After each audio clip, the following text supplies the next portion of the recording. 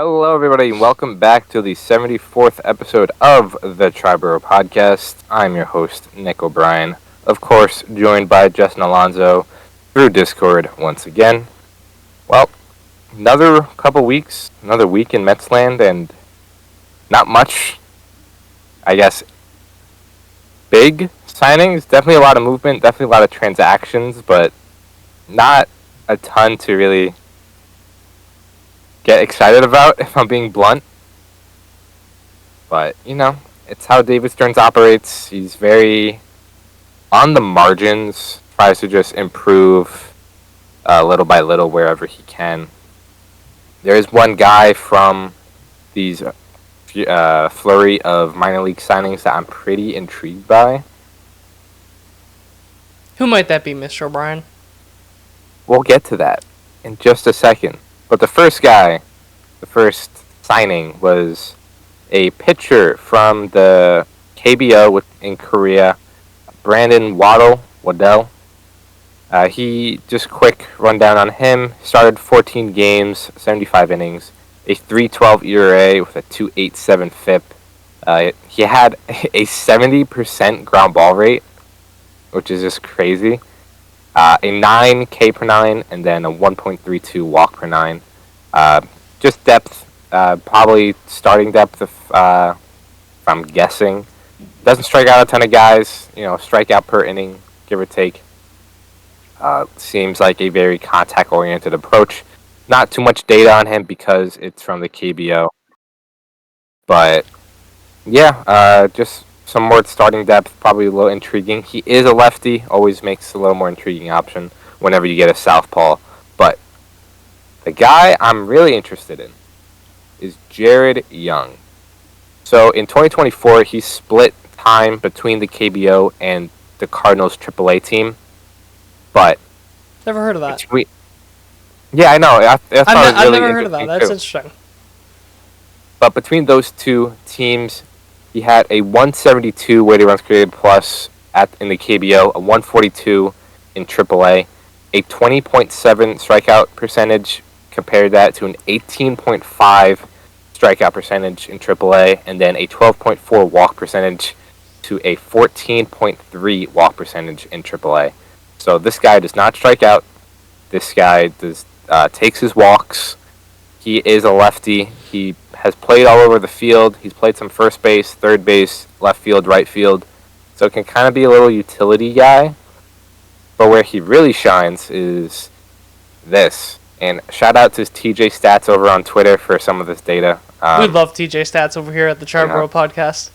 Triboro Podcast loves you. But in AAA, he was in the 94th percentile for average exit velocity, 87th percentile in barrel percentage, 97th percentile in hard hit rate. Only really thing that he kind of was a little below average, or that really I saw was below average, that kind of intrigued me, I guess, or kind of perked me up. Only 24% in pull fly balls. Gotta get that up. Pretty below average. Obviously, pull fly balls are where you want to be. But he did run a pretty high batting average balls in play in both teams, in Korea and Cardinals AAA. But the power is real. Nearly 90th percentile and up on all the batted ball metric data, the barrel percentage, the average exit velocity, max exit velocity, the hard hit rate. Just absolutely insane game power. He had a pretty nice run of the Cubs, I want to say, in 23, I think it was.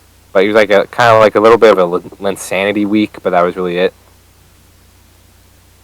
But the power is real. I think he could really be something interesting. A utility infielder, or kind of just a utility guy in general. A lefty off the bench. I'm pretty intrigued by Jared Young. I think the Mets really could have found something here. We'll see how he is when he reports to spring training and how that goes. But definitely a name to keep an eye on for Jared Young. Now the next guy, which I'm sure a lot of Mets fans just loved when this got announced. Griffin Canning. Mets signed Griffin Canning to a 1-year, $4.5 million deal. He was not good in 2024. That's really not an argument. ERA over 5, FIP over 5. He did throw 170 innings, which is nice. I expect him to be kind of like a swingman or another just back-end rotation piece. Now you have a lot of options when it comes to that, because now you have Canning, put in Paul Blackburn whenever he's fully healthy, Jose Butto, depends what you want to do with him, and then Tyler McGill. So that's 4 options for that kind of like 5th spot in the rotation. But in 2023, he had a decent year. 127 innings, a 4.32 ERA, a 4.29 FIP. His strikeout stuff was pretty good. 71st percentile in whiff rate, 69th percentile in K rate. He had average chase numbers. So there is potential in Griffin Canning. Don't get it twisted. I understand. Does not look good on paper. The fastball is really bad, but his changeup is good. The slider's decent. The curveball's solid, and the sinker has some potential. So, look, it's $4.5 million. Chump change. Chump change. I cannot. Really, if he sucks, DFA him. Exactly. I cannot stress how much $4.5 million means or does not mean to a team, especially the Mets. You just spent. I'm gonna cough. Oh no. Oh no, you're dying. No, but you spent. I really hope you guys are watching on YouTube or watching on Spotify, because now we do have the option to. But Nick looks like he is dying, like I've been doing all episode and last episode. But the water went down the wrong way. Oh, poor baby. I'm okay. I survived the water attack. Drinks more water after water attack. Yeah. Excuse me. Sorry about that. I'm okay now. But yeah, his delivery is deceptive. It's very odd. He kind of hides his hand behind his other hand almost.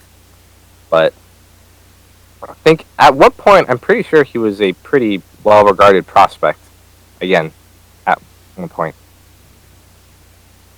Like, pull him up real quick. I don't... He was a second-round pick. That's not nothing.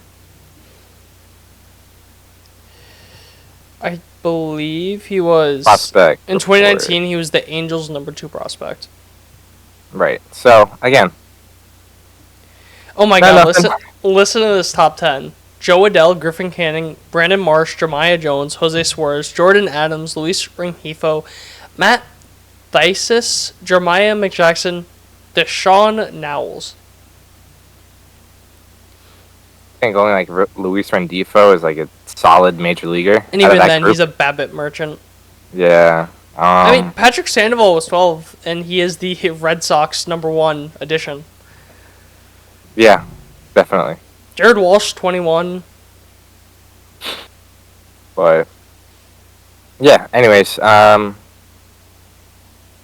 yeah, Griffin Canning, some potential. Change up his pitch mix. Again, use him as like a spot starter, swingman, long relief, whatever you want to do. But there's some potential. And even in a really bad year, still worth positive WAR, which is something to behold. And he's projected a 4.22 ERA. So take that for what you will. But he's only 29. You know, again, was once a highly regarded prospect. And like Justin said, if he sucks, sayonara. No harm, no foul. Now, the next update, which is pretty big in my opinion, has to do with Roki Sasaki. So we got some new information over the winter meetings that we really didn't go over. But really quick to recap what was said there. So basically, Sasaki has to sign between January 15th and January 24th. So he has about a week to sign when all is said and done. January 15th is when the new international free agent period begins. So that's when teams refresh their bonus pools and they can dish out more money. And then January 24th is when the posting window closes. So it's a 45-day window. Started it sometime almost 2 weeks ago, I think, with the winter meetings. But the Mets had a meeting, and the Yankees as well, had a meeting with Sasaki this past week. And to my knowledge, these in-person meetings were kind of like invite only. It's kind of like, I think Justin, correct me if I'm wrong, I think the initial thing was kind of like teams would send Sasaki and his agent like a presentation or whatever, and then from there they would kind of like pick and choose who they want to meet with. Here, I'll try and get the report of the teams that are meeting with if I can. Yeah, so it was definitely Mets, definitely Yankees. The Phillies didn't get invited, so I mean, they just got their guy, so. Yeah, I know, they just got Luzardo, so whatever. But I think the Cubs are also going to meet with him, something like that. They will, yep. Yeah, the Dodgers are definitely going to. There's no shot they don't. Be shocked if the Padres don't.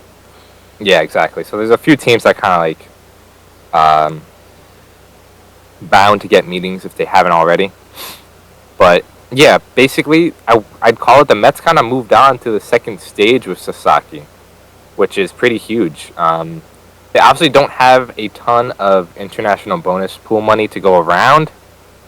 I don't think that's going to matter, though. Yeah, the only issue is I think they had a verbal agreement with who's considered the second best prospect in this class, I think he's going to get a decent signing bonus. So that's only the one concern. Again, at the end of the day, the money is not going to matter too much because it's all going to be pretty similar. But if you're talking like $1 million compared that to $4 million, I wonder if that's where money kind of starts to talk a little. But the thing with him too is that like you got to realize if he really only wanted money, he would have waited the 2 years. Like if that's all, if the only thing he cared about was money, he would have waited 2 years. That's fair. That's also he just wanted to be an MLB. So I don't think the money's going to be too big of a problem. Yeah. So pretty positive reports on the Sasaki side of things. See where that goes, but yeah, he's not going to be signing for another month or so. Now, time to talk about the big question that came out in last 3 days. This just exploded. So let's paint the picture real quick. Earlier this week, Jeff Passan wrote an article just talking about the state of the market, the free agent market, and kind of going position by position, tier by tier. He listed 5 teams who were in the first base market. Those teams were the Yankees, the Mets, the Astros, the Diamondbacks, and the Mariners. Justin, who did the Yankees just sign? They signed someone? They did. Paul Goldschmidt, first baseman. Hey, Justin, who did the Astros just sign? Christian Walker, first baseman. Hey, Justin. Josh Naylor. Diamondbacks just traded for Josh Naylor. The Mets and the Mariners are currently the only 2 teams that were listed that do not have a first baseman. Or don't have, quote unquote, a first baseman. It is. And I forgot, Carlos Santana went where, Justin? Back to Cleveland. So all of the top first basemen, except for Pete Alonso, are all signed. And if we look at the rest of the first base market,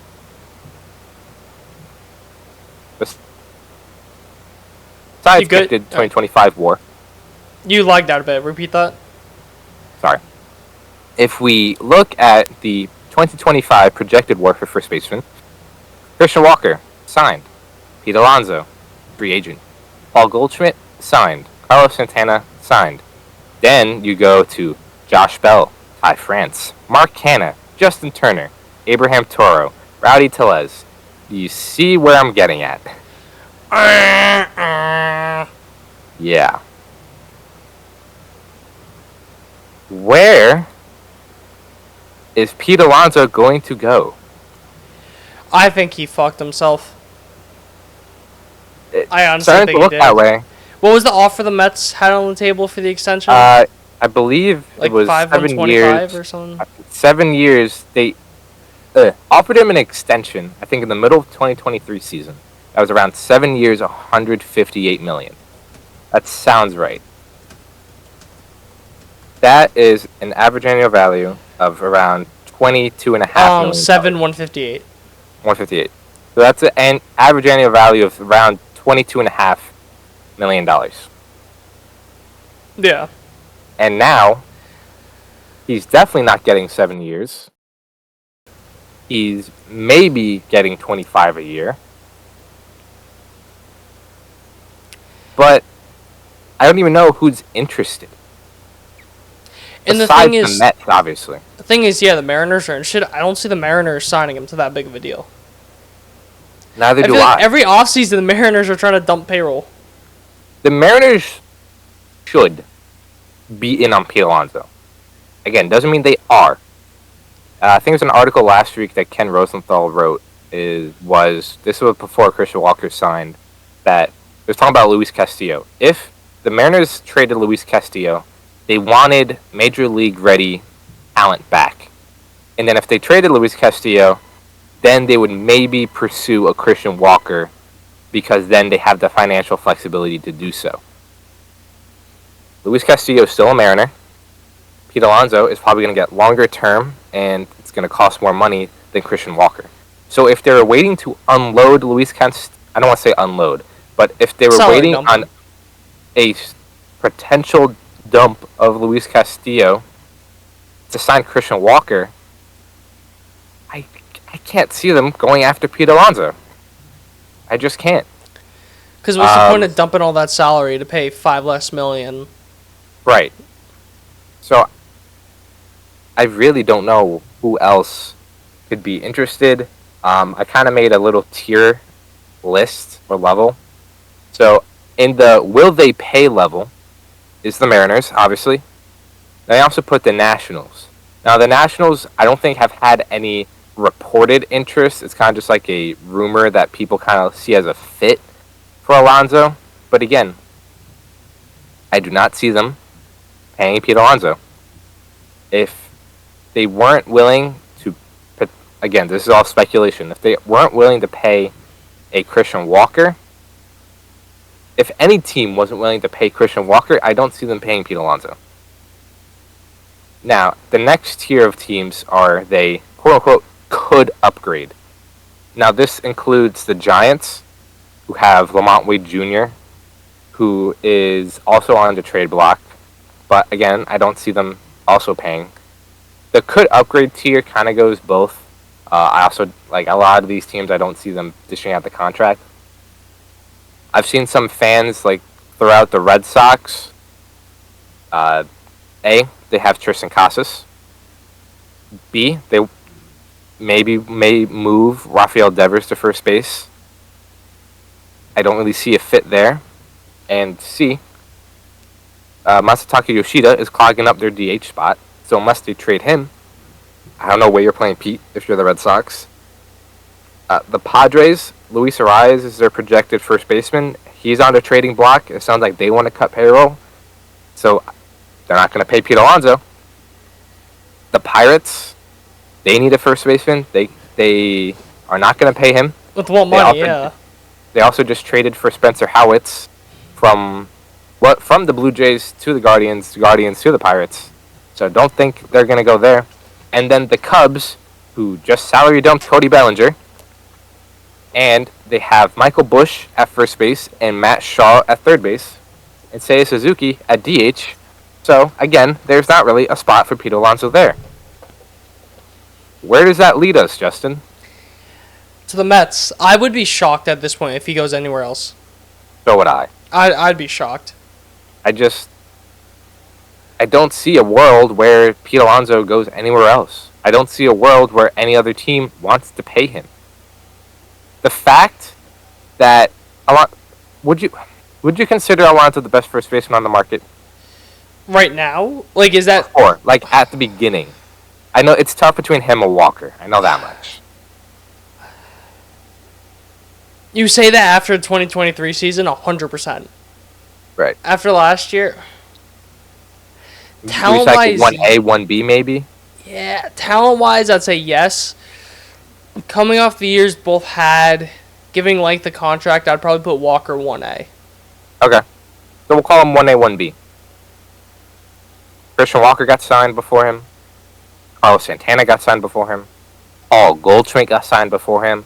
Josh Naylor got traded before Pete Alonso signed. Nobody wants to pay Pete Alonso. Or at least that's what it seems like. Neither do the Mets. Nate Lau isn't Met. Maybe. But, yeah. You know what? Speaking of Nate Lau, there's other first basemen you could trade for as well. You know, again, Nate Lau. Yandy Diaz may be available.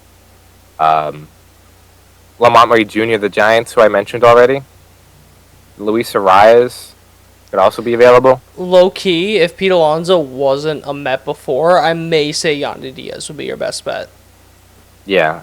Especially with you guys either. having a connection with, or at least having a repertoire with the Rays front office. You've made how many trades with them? I feel like you made exactly. like 3 trades this season. 3 or 4, yeah. Maton Siri. Who else? They traded they swapped minor leaguers, so that's 3, like 3 or 4. And that's only with Stearns. So I know we obviously got Brooks Raley from the Rays when Billy Epler was still Phil GM.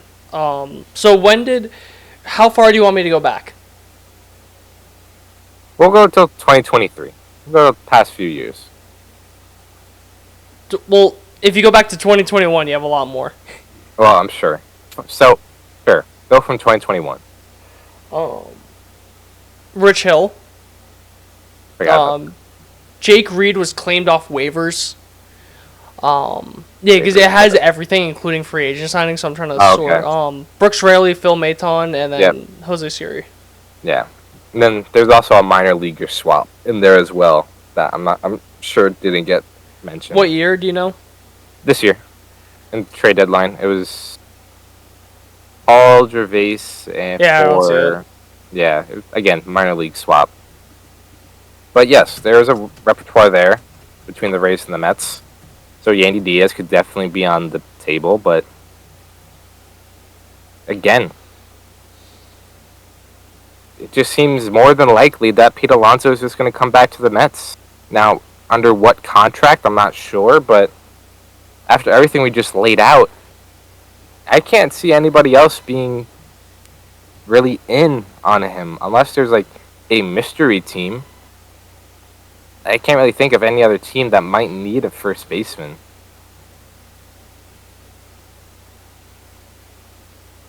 Does anything else come to mind that I haven't already said?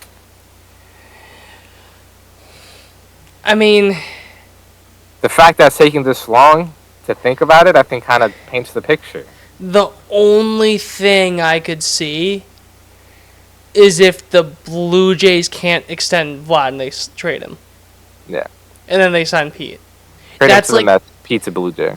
That's like the only thing I really think about. Right. Because it's the thing of I just don't see the other owners spending the money. Yeah. It's like a lot of the Mariners, the Pirates, like you said, they need them, but I just don't see them paying more than 5 years, more than $100 million. You're right. But as every day passes, from Pete's point of view, he better sign. And I think there's a high chance he will, because I don't think Boris wants to do what he did last year. Yeah. You had Jordan Montgomery and Blake Snell that got screwed over by Boris. I don't think that he wants to do that. I think Pete's probably telling him, like, I'm losing money by the day. Get me a team right now. Right. And I think because Scott Boras has also had a pretty good offseason. Obviously, Juan Soto aside. He's had a pretty good offseason. And I'm not saying it's going to sour it. But, having Pete Alonso wait out till maybe February to sign a contract is just going to make it look a little worse.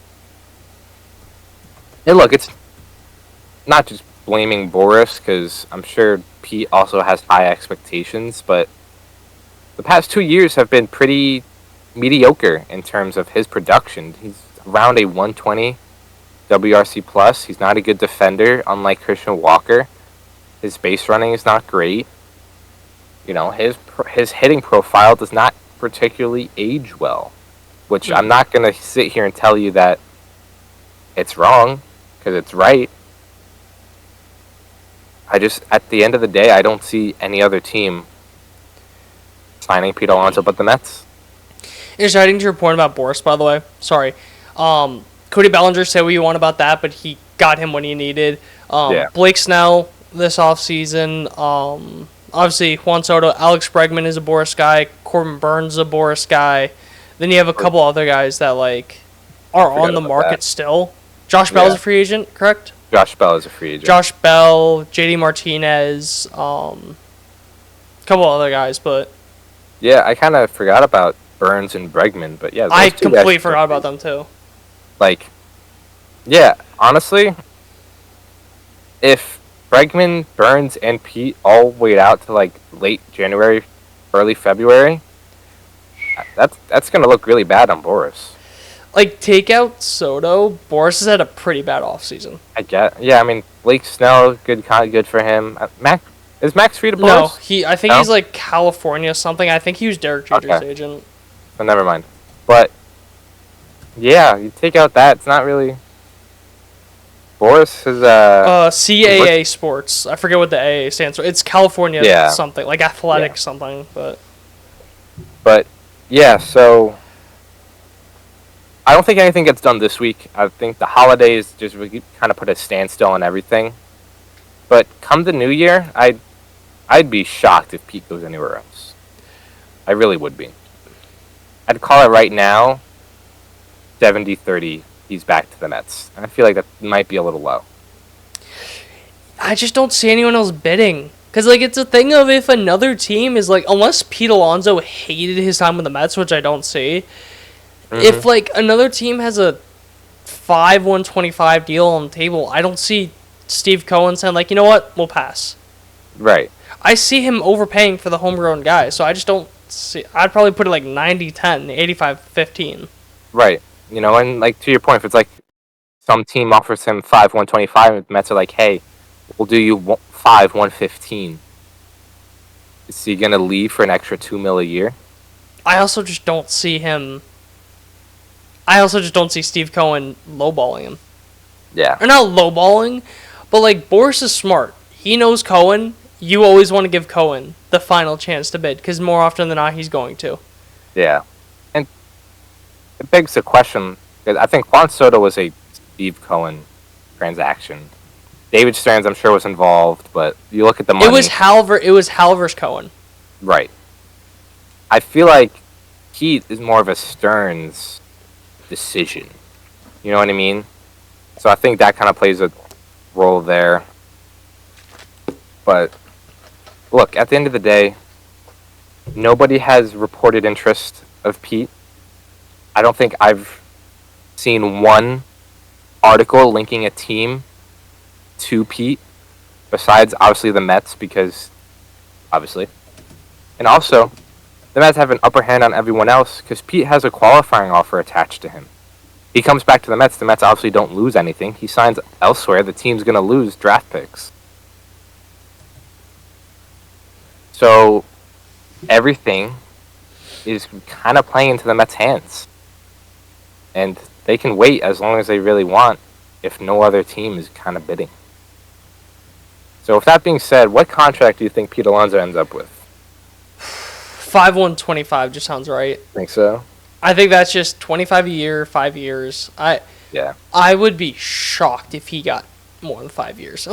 6, maybe. Anything more than 6, I'd be floored. Yeah, I find it hard to believe at this rate he's going to get 5. I could definitely see it. 6, I think, is out of the question. I don't think there's enough teams bidding. So why drive it up? Mm-hmm. Now, I'm trying to look just so I can see first baseman.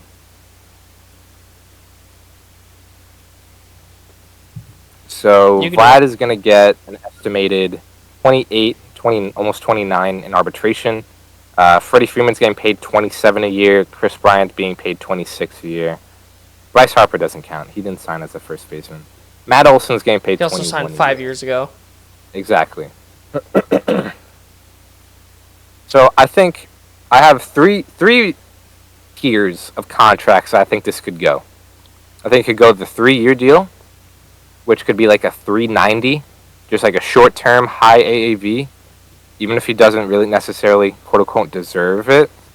Like short-term high AAV, a mid-term like a 4-year, like 110 range, kind of like a 28, 27 a year range, or to your point, the 125 range for 25 a year. I think that's kind of like the tiers we're looking at. I think the Mets would probably love to get him for 3. I'm sure they'd be happy with 4.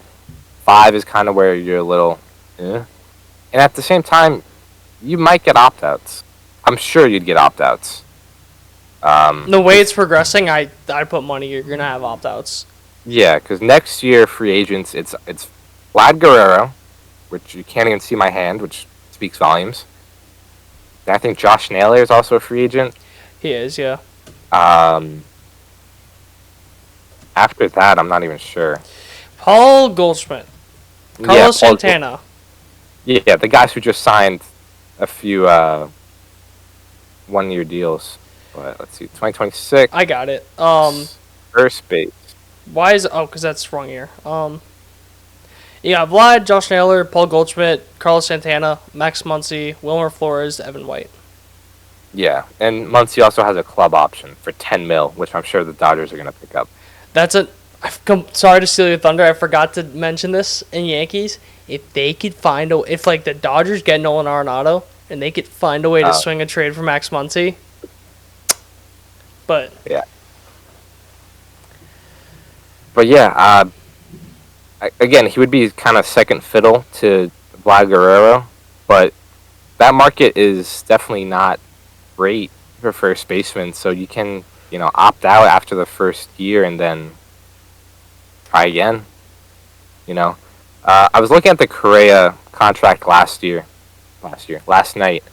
The first one he signed with the Twins, before he signed with the Giants, before he signed with the Mets, and before he signed with the Twins again. It was like 3 years, 105. It was 3,105, or like it wasn't a straight number. It was like 3,105, then a couple $100.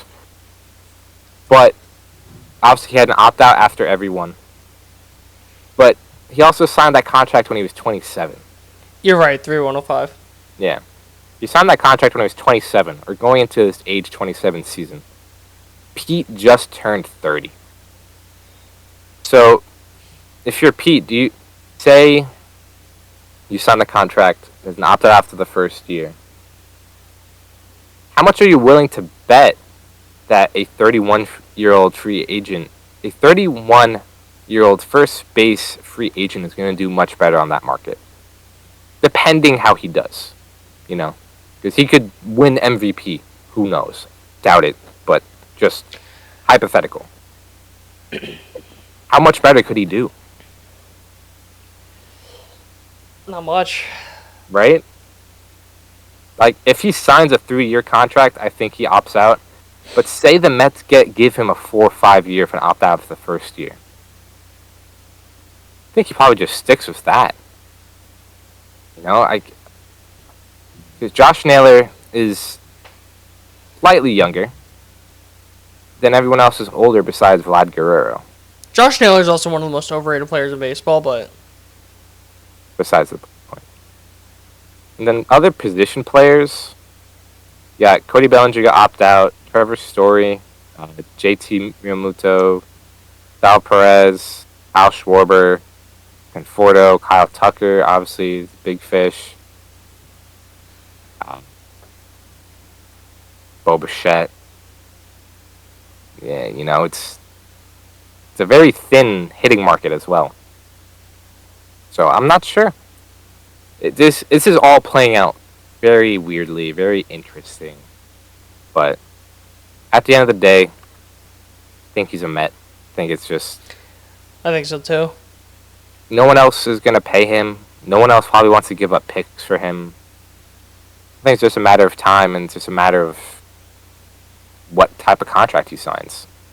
At the end of the day, I think he gets like a 110 range, and then maybe like a vesting option for a 5th year. Or I don't know if they would do it with him, but maybe, there's an opt-out after the first year. Again, I'm just saying this because it's been so recent, and it's so recent in my mind. There's an opt-out after the first year, but they can void it by adding on an extra year at the end type of thing. So instead of a 4-year contract, it becomes a 5-year contract. Maybe they could do something like that, but yeah, I feel horrible for like Pete Alonso the person, because I'm sure this is really stressful. Lost a lot of money. Yeah, lost a lot of money. Probably should have just taken that contract extension when he was offered it. Definitely not getting anywhere close to that. So we'll see. But any kind of closing thoughts on Alonso and like the first base market as a whole? It all came together really quickly. Yeah, it literally was within a 24-hour span. You had 4 guys. You had Walker, Naylor, Santana, and Goldschmidt. Right. Like, it literally just went pop, pop, pop, pop, pop. So, it literally is just him. I mean, maybe Yandy Diaz, maybe Nate Lau. But right. If you're the Mets, I think it would be a mistake not to bring back Alonso. Just with how many fans love him. And, like, I don't want to say it would put a sour taste in your mouth. But, like, you get Soto, but you lose, like, the homegrown guy. You know what I mean? Where, like, kind of feel like that. Like, obviously. I'd be upset. Yeah. Look, I love that we got Soto, obviously. But it's like, I wish we could keep Pete, too. Because I truly think he would do a lot better, with a better lineup around him, not needing to worry about a contract, not needing to be, like, the guy, quote unquote. So I think he played a little more relaxed, and we can see a little closer to Pete of old. Even if he's not like a 140 WRC plus and like a 130, 135. That's perfect. So, yeah, I think it's a matter of time before he signs with the Mets. So I really don't know what else to say for him. I feel horrible, but the way the market plays out, Stearns looks really smart right now. Let me just say. Yeah. Didn't need to rush into anything. So the last thing I want to talk about is just kind of continuing kind of last time's discussion about Alex Bregman. They are still reportedly, like, legitimately interested in Alex Bregman. And this was from Mike Mayer. They are interested in Alex Bregman. And from his understanding, if they do get Bregman, it doesn't necessarily take them out of Alonso, which I thought was really interesting. What are you doing then? DHing Vientos? Probably. Like, you kind of like split time at first base between Vientos and Alonso. Bregman maybe starts at second. Maybe. That's also another option. I find a hard time believing you're going to move the Gold Glover off of third base. You know what I mean? And you have a ton of middle infield prospects. You have your Luis Angel Acuna. You have Jet Williams, who I'm not sure if we'll see this year. Ronnie Mauricio is coming back from his ACL injury. And obviously you have Jeff McNeil on the roster as well. So I have a hard time believing he would start at second base for the Mets. Obviously that lineup would be really good if you add Bregman and Alonso. But it just seems like against Stearns' MO. I don't see them signing another qualifying offer guy, because they already signed Soto. And then Stearns has preached, these 2 years he's been with the Mets, has preached leaving opportunities for the younger players to play. You sign Bregman and Alonso, that kind of kills any opportunity for any potential prospect to come up and play. The only thing I could say is you could then use those prospects to swing a trade for a pitcher. That's like the only thing, like a Luis Castillo. Right. But even then, I think if you're trading for Luis Castillo, it's not going to be that much because you're taking on the salary. Right. So, really not sure how deep these Alex Bregman rumors are going to go, or the interest is going to go. And like I said last week, I wouldn't hate it. He's a good player. Depends on the contract, but again, if he plays third base, I just hate moving Vientos to first base and kind of just now you're a first baseman, which I think kills a lot of his value. So Yeah. That 130, maybe like 125 WRC plus bat plays a lot better at third base than it does first base. Again, it just brings better value. So we'll see what happens with Bregman. I think Alonso's just bound to be a Met, but that's really all I had. If you had anything else to really add. Yeah, so Pete Alonso's going to be a Met at one point. We'll see what happens. For all intents and purposes, this will be our last episode of 2024, unless Alonso decides to sign Christmas Day or something. But yeah, it should be the last episode of the year, so thank you guys for everything this past year. It's been huge for us. We've had a blast. We've had such a good time. The social media pages and our channel itself has grown a ton over this past year, so we're very thankful for that. But with that being said, thank you guys for listening. Thank you guys for watching. As always, remember to subscribe to us on YouTube, follow us on Spotify and Apple Podcasts so you never miss an episode. Follow all of our social media accounts, which you can find below on our overlay and description, at Triboro Podcast, Instagram, Twitter, Facebook, TikTok, posting a lot of those to a lot of videos there, a lot of posts there. And if it's not going to be an episode, it's going to be on our social media page. So if you love hearing from us, go check it out. Give us a follow. But yeah, Justin, any closing thoughts? Pete Alonso's a Met. I'd be shocked if he's not. Yeah. So with that being said, thank you guys. We'll see you next year.